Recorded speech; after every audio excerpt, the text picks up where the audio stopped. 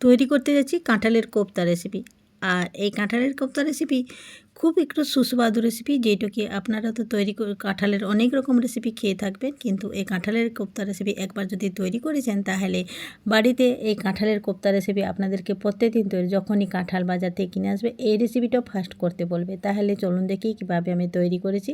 এই কাঁঠালের কোপ্তা রেসিপি তৈরি করতে গেলে একটু সময় সাপেক্ষ আর একটু টাইম টেকিং লাগে, কারণ এই রেসিপিটা একটু অনেক অনেক সময় ধরে করতে হয়। তাই প্রথম থেকে লাস্ট অবধি যেন মনোযোগ সহকারে একটু প্রথম থেকে লাস্ট অবধি দেখার জন্য চেষ্টা করবেন, কারণ এই রেসিপিটাও একটু লেন্দি হতে পারে।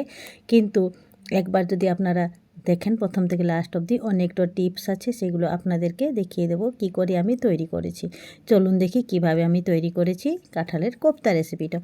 এবার কিন্তু আমি প্রথমে দিয়ে দিলাম কাঁঠালটাকে ছোট ছোট আকারে কেটে নিয়েছি। দেখেন কাঁঠালটা আমি দেখালাম না আপনাদেরকে, অনেক লেন্দি হয়ে যাবে, তার জন্যে কাঁঠাল এই ছোট সাইজে আমি কেটে নিয়েছি। কাঁঠালকে কাটার সময় কিন্তু অনেক একটু আঠা বেরায়, তাই কাটাটা কিন্তু খুবই কষ্ট একটু, কিন্তু কাঁঠাল কাটার সাথে সাথে তরকারি খেতে খুবই সুন্দর লাগে এই রেসিপিটা। তাহলে চলুন দেখি। কাঁঠালের কোটাকে ভালোভাবে কেটে প্রেসার কুকারে সিদ্ধ করতে দিয়ে দিলাম। এখানে সামান্য একটু লবণ দিয়ে আমি ঢাকা দিয়ে সিদ্ধ করতে দিয়ে দেবো। এটা কমসে কম 6-7টা সিটি দিতে হবে। যতক্ষণে দিয়ে এটা সিদ্ধ হচ্ছে ততক্ষণ অবধি আমি আর যে কাজগুলো থাকে সেগুলো করে নিচ্ছি। দেখেন আমি পেঁয়াজটাকে মেশিন সাহায্যে কটর করে নিচ্ছি, কারণ পেঁয়াজটা কাটার সময় একটু চোখ থেকে জল বেরোয় অনেকটা, তাই আমি পেঁয়াজটাকে কী করলাম কটর মেশিনে দিয়ে আমি কেটে নিচ্ছি।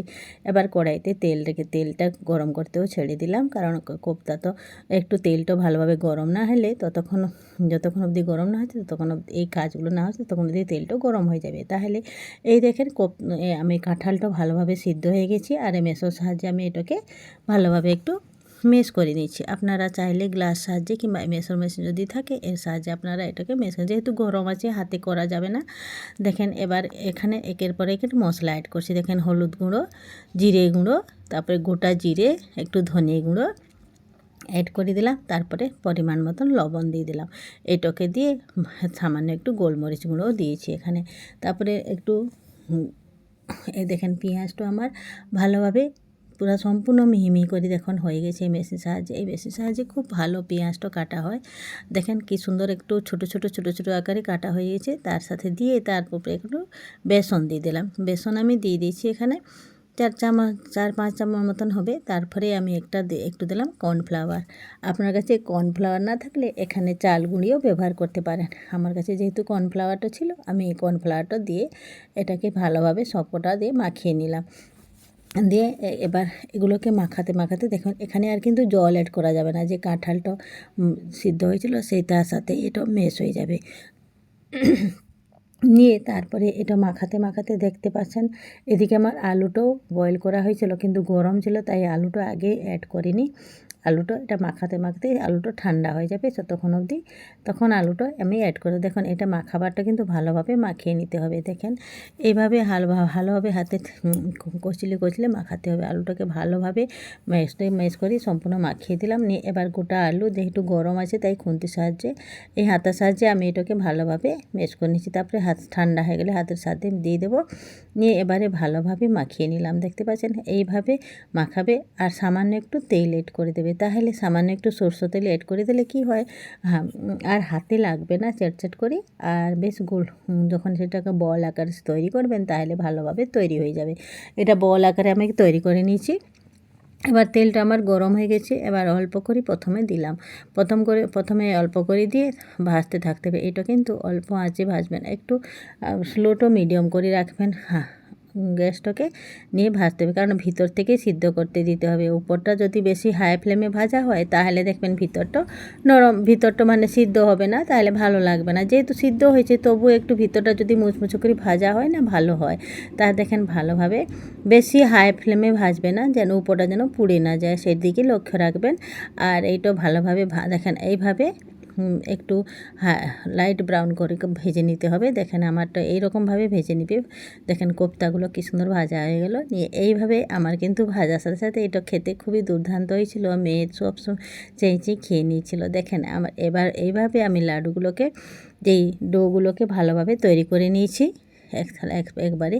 তারপরে যদি আপনার হাতে লাগে তাহলে কী করবেন, হাতে একটু তেল দিয়ে এটাকে ডোগুলো পাকাবেন, তাহলে দেখবেন হাতে আর ঠিকবে লাগবে না, কোপ্তাগুলো বেশ ভালোভাবে তৈরি হয়ে যাবে। দিয়ে আমি এবার কিন্তু প্রথমবার যেহেতু তেলটা একটু হালকা ছিল তার জন্য আমি অল্প দিয়েছিলাম, এবার কিন্তু সব কটা ডো দিয়ে দিলাম একসাথে, নিয়ে হালকা আঁচে ভেজে নিলাম। দেখেন এইভাবে ভাজতে পারে, দেখেন লাল হয়ে গেছে। এবার কিন্তু এটা নামিয়ে দেবো। কোপ্তাগুলো ভাজা যে হয়ে গেল, এবার কিন্তু এই তেলে আমি আর রান্না করব না। এখানে 2 রকম তেল ব্যবহার করতে হয়েছে, একটু রিফাইন তেল এখানে এই সাদা তেলে আমি কোপ্তাগুলোকে ভেজেছি, আর রান্নাটা করব সরষে তেলে। কারণ এবার আমি সাদা তেলে রান্না করব না, সরষে তেলে রান্না করলে একটু তরকারি রান্নার স্বাদটা দ্বিগুণ বেড়ে যায়। দেখবেন যে কোনো সবজি হয়ে থাকুক সরষে তেলের একটা আলাদা স্বাদ থাকে, তাই এই তেলটা আমি রেখে বাদ দিয়ে আমি আলাদা সরষে তেলে এটা ব্যবহার করব। আপনারা চাইলে এই তেলেও ব্যবহার করতে পারেন, কিন্তু আমি সরষে তেলটা ইউজ করব। দেখেন আমি কোপ্তাগুলো ভালোভাবে তুলে নিলাম। এবার এই তেলটা আলাদা বাটিতে ঢেলে দিয়ে আমি সরষে তেল ইউজ করব। এইভাবে কোপ্তাগুলোকে কিন্তু বেশি ডিপ ফ্রাই করবেন না, নাহলে যখন এখানে সেই ঝোলের যখন গ্রেভিটা শো করতে অসুবিধা হয়ে যাবে। তাই আমি তেলটা আলাদা একটা পাত্রতে ঢেলে নিলাম, নিয়ে এখানে সরষে তেল অ্যাড করে 4 চামচ মতন সরষে তেল একটু অ্যাড করেছি। সরষে তেলটা দিয়ে এটা গরম হয়ে গেলে এখানে দিয়ে দিলাম গোটা জিরে দিয়ে দিলাম। গোটা জিরে দিয়ে একটু তেজপাতা, একটু ইলাচ দিয়ে দারচিনি দিয়ে দিয়েছি। তারপরে কেটে রাখা পেঁয়াজ কুচিগুলো অ্যাড করে দিলাম। পেঁয়াজ কুচিগুলো অ্যাড করি সামান্য একটু শ্যালো ফ্রাই করবো এটাকে। দেখেন এটা হতে দেখেন এইদিকে আমি আদা রসুনটাকে ক্রস করে নিয়েছিলাম। যেহেতু আমার মিশ্রকাণ্ডটা খারাপ হয়ে গেছিলো, মানে তাই আমি এটাকে মিশ্রকাণ্ডটি পেস্ট করতে পারিনি। আর শিলটা আমার যেহেতু নিরামিষ, তাই একটু পেঁয়াজ রসুন বাটা যায় না, তাই আমি ক্রসের সাহায্যেই আদা রসুনটা পেস্ট করেছি। এদিকে এবার কিন্তু মশলাগুলো আমি একের পর কী দিয়েছি দেখলেন। এখানে লঙ্কা গুঁড়ো, হলুদ গুঁড়ো, জিরে গুঁড়ো, তারপরে ধনে গুঁড়ো, তারপরে লবণ, হলুদ এসব দিয়ে, আর কাশ্মীরি লঙ্কা গুঁড়ো এসব দিয়ে একটু জল দিয়ে আমি প্রথমে ম্যারিনেট করে রেখে নিচ্ছি এটাকে। যেহেতু মশলাটা একটু ভালোভাবে জল দিয়ে ভালোভাবে ভিজে যাবে, এটাকে মাখিয়ে রেখে দিলাম। নিয়ে এদিকে দেখেন টমেটোটাকে আমি মানে এই হাতে ক্রসের সাহায্যেই পেস্ট করেছি, কারণ আমার যেহেতু আর মিশ্রকাণ্ড চালাতে পারছি না, তার জন্যে খুব কষ্ট হয় যদি মিশ্রকাণ্ডতে যদি কিছু হয়ে যায়। অভ্যাসে দাঁড়িয়ে গেছে না, তাই খুব কষ্ট হয় মিশ্রকাণ্ড না থাকলে। তবু আমি ক্রসের সাহায্যেই সব পেঁয়াজ থেকে রসুন থেকে আদা থেকে সব ক্রসের সাহায্যে করে নিলাম। দেখেন এবার টমেটোটা দেবার পর আমি যে মশলাটা করে রেখেছিলাম ম্যারিনেট করি, সেটাকে সব এখানে অ্যাড করে দিলাম মশলাটা দিয়ে। এটাকে কিন্তু মশলাটা ভালোভাবে কষতে থাকতে হবে। দেখেন হলুদ ও লবণ সব কিছু একসাথে অ্যাড করা হয়ে গেছে, আলাদা করে কিছু আর উপর থেকে দিতে হবে না। যেহেতু ডোগুলো যখন বানিয়েছি, যখন কাঁঠালটা যখন বড়া বানিয়েছি, তখন সেখানে কিন্তু ভালো করে লবণটাও দেওয়া হয়েছিল। তার জন্য এই গ্রেভিতে বেশি লবণ দেওয়া চলবে না, কারণ সামান্য মতন দিয়েছি। আপনার স্বাদ মতন পরিমাণ মতন লবণটা দিবেন, সামান্য একটু মিষ্টিও অ্যাড করে দিবেন। দেখেন তারপরে এটা যখন ফুটতে লেগেছে, তখন আমি এখানে অ্যাড করে দিলাম এই যে ভেজে রাখা ডোগুলোকে। দেখেন ভেজে রাখা আমার কোপ্তাগুলোকে অ্যাড করে দিয়ে এটাকে ফুটতে ছেড়ে দিতে হবে কিছুক্ষণের জন্য, কারণ এখানে সব গ্রেভিগুলো সোক করে নিবে। আস্তে আস্তে ঠান্ডা হয়ে গেলে কিন্তু সোক করে দেবে। বেশি সময় রাখা যাবে না, বেশি সময় রান্না করা যাবে না, অল্প সময় রান্না করি। এখানে গরম মশলা উপর থেকে অ্যাড করে দিলাম। আপনার কাছে ঘি থাকলে কিন্তু এখানে গাওয়া ঘি একটু অ্যাড করে দিবেন। আমার কাছে কিন্তু আজকে গাওয়া ঘি ছিল না, বাটারও ছিল না, তাই আমি সেটাও অ্যাড করি না। আপনারা চাইলে দিতে পারেন, আর উপর থেকে ধনিয়া পাতা কুচিও দিতে পারেন, কিন্তু আমাদের ঘরে ধনিয়া পাতা খায় না, তাই আমি ধনিয়া পাতা কুচিটাও অ্যাড করলাম। আপনারা চাইলে দিতে পারেন। এবার হয়ে গেল আমার রেসিপিটা। কেমন লাগলো অবশ্যই জানাবেন। অতক্ষণ ধরে আমার ভিডিওটা দেখার জন্য সবাইকে অসংখ্য ধন্যবাদ। কেমন হয়েছে রেসিপিটা অবশ্যই জানাবেন। এবারই নতুন রেসিপি পেতে হলে আমার চ্যানেলটাকে লাইক, কমেন্টস আর সাবস্ক্রাইব করতে যেন ভুলবেন না।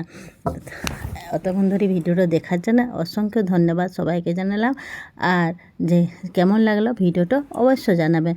আজকের মতন এইখানে, পরবর্তী কোনো নতুন রেসিপিতে আবার উপস্থিত দেবো আপনাদের কাছে। ধন্যবাদ। বন্দে মাতরম।